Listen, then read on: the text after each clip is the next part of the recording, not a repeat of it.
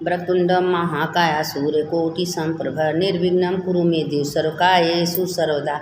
देखिए, कल पाप मोचनी एकादशी है। पाप मोचनी एकादशी हर महीने में 2 एकादशी आती है, इसीलिए कहते हैं कि सारे एकादशी का व्रत करना चाहिए। जो एकादशी का व्रत करता है, कथा सुनता है, उसके समस्त पाप नष्ट हो जाते हैं। तो कल पाप मोचनी एकादशी है। फागुन के शुक्ल पक्ष की जो विजया एकादशी का कथा हम आप लोग को सुनाए थे। अब चैत मास के कृष्ण पक्ष की पाप मोचनी एकादशी है कल। अब बहुत अच्छा एकादशी है, सोमवार के दिन का पड़ा है। तो आप लोगों को विष्णु सहस्त्र नाम सुनना चाहिए। अगर नहीं सुन सकती तो राम रामेति रमे रामे मनोरमे सहस्त्रनाम तत्तुल्यम राम नाम वरानने, ये मंत्र आप लोगों को 11 बार 21 बार 108 बार बोलना चाहिए। अगर नहीं बोल सकती हैं, कथा भी सुनिए, अपने गुरु का एक माला जप करिए।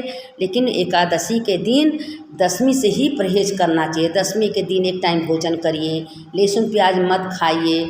दूसरे दिन द्वादशी को भी एक टाइम देखिए भोजन करना है। नहीं मानते हैं लोग तो खा लेते हैं, लेकिन द्वादशी को जब द्वादशी रहे उसी समय पारण करना चाहिए। जैसे 6 से 9 के बीच में कर लेना चाहिए द्वादशी को भी। तो ये पाप मोचनी पापों को हरने वाली, आपकी ज़िंदगी में कोई पाप है तो समस्त कट जाता है। तो इसीलिए पाप मोचनी एकादशी का व्रत सबको करना चाहिए। तो आप कल देखिए सोमवार है, पाप मोचनी एकादशी का व्रत है। हम किताब तो लाए नहीं हैं, और जो हमको बाबा भोलेनाथ याद कराए हैं हम आप लोग को सुना दे रहे हैं। देखिए, बोलने वाला भी शिव हैं, सुनने वाले भी शिव हैं। हमारे अंदर जो भगवान बुला रहे हैं हम बोल रहे हैं, जो उल्टा सीधा गलती सही होगा आप लोग क्षमा करिएगा, क्योंकि हम किताब में से देख के नहीं बोल रहे हैं, अपने मन से हम बोल रहे हैं। तो आप जो थोड़ा बहुत हमको आता है हम सुना दे रहे हैं, तो उसको सुन लीजिएगा। कल पाप मोचनी एकादशी है। एक गाँव में राजा थे। अब वो एकादशी का व्रत करते थे, करते करते बहुत दिन तक बीत गया। तो जो एक ऋषि थे, ऋषि बहुत तपस्या कर रहे थे। तपस्या करते करते एक मनसुखोसा अप्सरा जंगल में आई। उनको अपना हाव भाव से इतनी सुंदर थी कि वो ऋषि को मोहित कर दी। अब मोहित कर ली। अब ऋषि तप कर रहे थे भोलेनाथ का, तप करते करते उस पर मोहित हो गए। अब मोहित होने के बाद उसको अपने घर ले गए। 57 साल 7 दिन 3 दिन उसके साथ विहार करने लगे। करते करते इतना तपस्या था, सब तपस्या नष्ट हो गया। उनके पास कोई तपस्या बचा ही नहीं। अब एक दिन कह रही थी मनसुखोसा कि प्रभु समय का ध्यान दीजिए कि समय में कितना दिन बीत गया है, हम आपके साथ रहते रहते। अब तो हमको छोड़िए। और समय का ध्यान नहीं दिए। संझा जाइएगा, सवेरे जाइएगा, दोपहर में जाइएगा, करते रहे, लेकिन समय का ध्यान नहीं दिए। जब एक दिन ध्यान दिए तो 57 साल 7 दिन 3 दिन बीते। अब उसको दिमाग में आ गया कि अरे इतना दिन तक इसके साथ हम रहते रहते मेरा सारा पूर्ण नष्ट हो गया। अब उसको श्राप दे दिए कि तुम पिचासनी हो के राशनी बन के मेरे साथ चिपकी रही, मेरा सब धर्म नष्ट हो गया। अब वो लगी कि प्रभु साधु महात्मा के साथ एक पग 7 पग अगर चलते हैं तो उसका पाप नष्ट हो जाता है। इतना बड़ा पाप हमको मत दे दीजिए, इतना दंड। तो कहा ठीक है, इतना साथ तुम मेरे साथ रही हो, चैत मास के कृष्ण पक्ष में पाप मोचनी एकादशी का व्रत करोगे, तुम्हारा पाप नष्ट हो जाएगा। इतना कह के चले गए। उसके पास वो पिचासनी बन गई और अपने चल गए चौन मुनि। उनके पिता का नाम चौन मुनि था। उनके पास गए। जब उनके पास गए, पिताजी से कहे कि पिताजी हमारा सारा धर्म नष्ट हो गया, मेरे पास कोई धर्म नहीं। कहे बेटा तुमने यह क्या कर दिया, तुमने एक स्त्री के साथ में अपने सारे पुण्य नष्ट कर दिए। कहे पिताजी कोई उपाय बताइए, मेरा सारे पुण्य नष्ट हो गए। कहें जाने दो पिता बेटा, चिंता मत कर, तुम सच सच हमसे बोले हो। जाओ, चैत मास के कृष्ण पक्ष की पाप मोचनी जो एकादशी है, उस एकादशी का तुम व्रत करो। अब व्रत करने के बाद भगवान को संकल्प करके व्रत दे दो, तुम्हारा सारे पाप नष्ट हो जाएंगे। चैत मास के कृष्ण पक्ष की एकादशी का व्रत किए। व्रत करने के बाद उनके समस्त पाप नष्ट हो गया। और जो मनसुखोसा दी वो भी व्रत की। उनके व्रत करने से उनका भी पाप नष्ट हो गया। वो चल गई इंद्रलोक में। इंद्रलोक में जाके विहार करने लगी और इनका सारे पाप नष्ट हो गए। वो भी जंगल में बैठ के तपस्या करने लगे। तपस्या करते करते करते करते उनकी जितनी पुण्य खत्म हुआ था सब पुण्य इकट्ठा हो गया। देखिए, तपस्या से पुण्य आता है, पाप से पुण्य नष्ट हो जाता है। तो इसीलिए अब जो ऋषि थे उनका फिर पुण्य आ गया। मरने के बाद फिर विष्णु लोक में गए। और जो इस कथा को सुनते 1000 गोदान का फल मिलता है।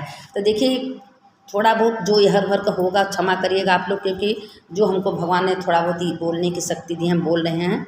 और आप लोग कल पापमोचनी एकादशी इस कथा को सुन लीजिएगा। सुनने वाले की जय, सुनाने वाले की जय। अब इसी में एकादशी का एक कहानी भी है, कहानी भी बहुत अच्छी है। देखिए कहानी भी सुनना चाहिए। कथा तो जो है उस किताब का है थोड़ा बहुत, लेकिन जो कहानी है वो कहानी भी शास्त्र की ही है कि एकादशी का करने का कितना बड़ा महत्व होता है, कितना बड़ा पुण्य होता है, एक कथा सुनने का कितना बड़ा पुण्य होता है। एक गांव में एक सास थी, बहू थी। अब वो बहू बचपन से मायके में उसकी श्रद्धा विश्वास, उसके घर में पूजा पाठ व्रत होता था। वो 8 साल की थी तब से वो व्रत उठाई थी। एकादशी का व्रत करते करते करते जब ससुराल में गई तो उसके जो अगल बगल थे सब उसके घर में आते थे, कहते थे कि भाई आपकी बहू तो बहुत धर्मात्मा निकली, पूजा पाठ करती है, व्रत करती है, थोड़ा सा हमको भी कथा सुना दे। अब सब कथा सुने, उसकी सास को बहुत बुरा लगता कि उसकी सास कभी भगवान को एक अगरबत्ती नहीं दिखाती थी। तो कहें कि पता न कहाँ से चंडालिन आ गई है, पूरे गांव भर वो हल्ला मचा के रखी है, अपने में डुबो दी है। तो कहें माता जी आप ही व्रत करिए, एकादशी का व्रत करने से समस्त पाप नष्ट हो जाता है। ये पाप मोचनी एकादशी से तो और पाप नष्ट होता है, लेकिन किसी का कहना सुनी नहीं, उसको गाली देने लगी। कहें ठीक है भोलेनाथ आपका न्याय करेंगे, कर दी। अब उसके बाद इसी तरह बोलती थी और अपने किसी का सुनती नहीं, अपने व्रत में पूजा में एकदम विश्वास के साथ करती थी। और सारे लोग आते थे घर में बैठ के सबको कथा सुनाती थी। सब कथा सुनते सुन सबको बहुत अच्छा लगता था। अब कथा पुराण जिसको श्रद्धा रहेगा उसका सुनने में भी बहुत आनंद आता है, और जिसको श्रद्धा नहीं रहेगा कथा भी नहीं सुनना चाहता है। लेकिन अब वो बूढ़ा क्या किए कि देखती कि गहरे हमारी बहू तो इतना धर्मात्मा निकल गई, हम तो पीछे रह गए।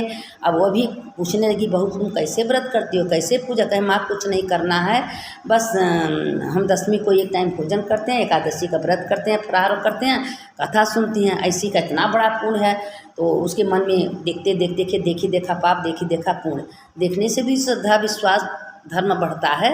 अब वो कही कि ठीक है बहू तुम इतना कर ही रही हो तो हम भी करेंगे। अब वो अपन करी पानी नहीं पी के प्रहार करके, और जो कहते हैं कि निराजल रहते हैं तो उसका समस्त पाप नष्ट होता है, जो पानी पी के रहते हैं तो उसका भी तो नष्ट होता है, लेकिन उससे फर्क पड़ता है।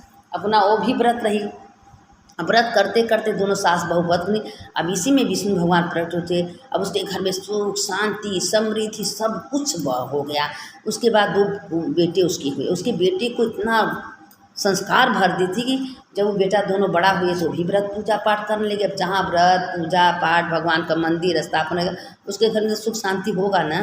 उसके घर में कभी झगड़ा लाई नहीं होता, उसके घर में भगवान हर रूप से विराजमान होते। उसके घर में निगेटिव ऊर्जा बाहर जाता है और पॉजिटिव ऊर्जा घर में आता है। तो इसीलिए कहते हैं कि ये व्रत पूजा सब व्यर्थ नहीं जाता है, और जो इस कथा को भी सुनते हैं उसके समस्त पाप नष्ट हो जाते हैं।